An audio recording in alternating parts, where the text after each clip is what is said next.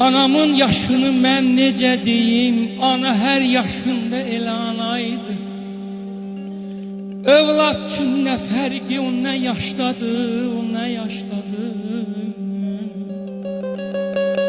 Dünya bir yanaydı, o bir yanaydı, dünya bir yanaydı, o bir yanaydı.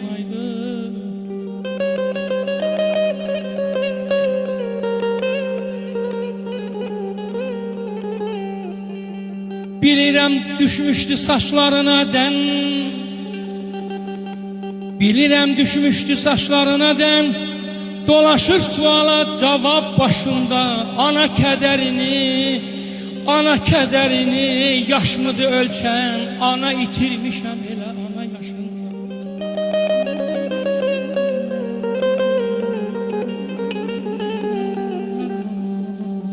Evin bir küncündə,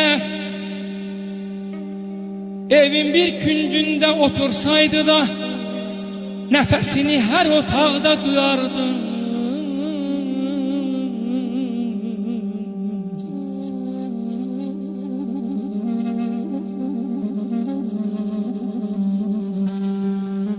Evin bir küncündə otursaydı da nəfəsini hər otaqda duyardım.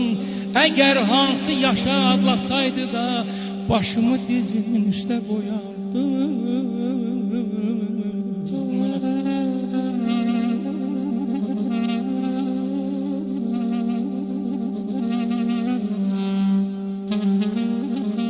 Allah'ın işidir.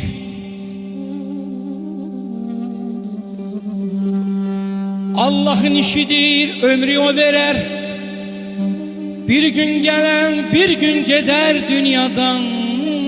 Bir gün gelen, bir gün gider dünyadan. İnsan üçün yaşamak ebedi değil. Vaxtı çatanda köç eder dünyada. Vaxtı çatanda köç eder dünyadan. Ay amanım, ay amanım.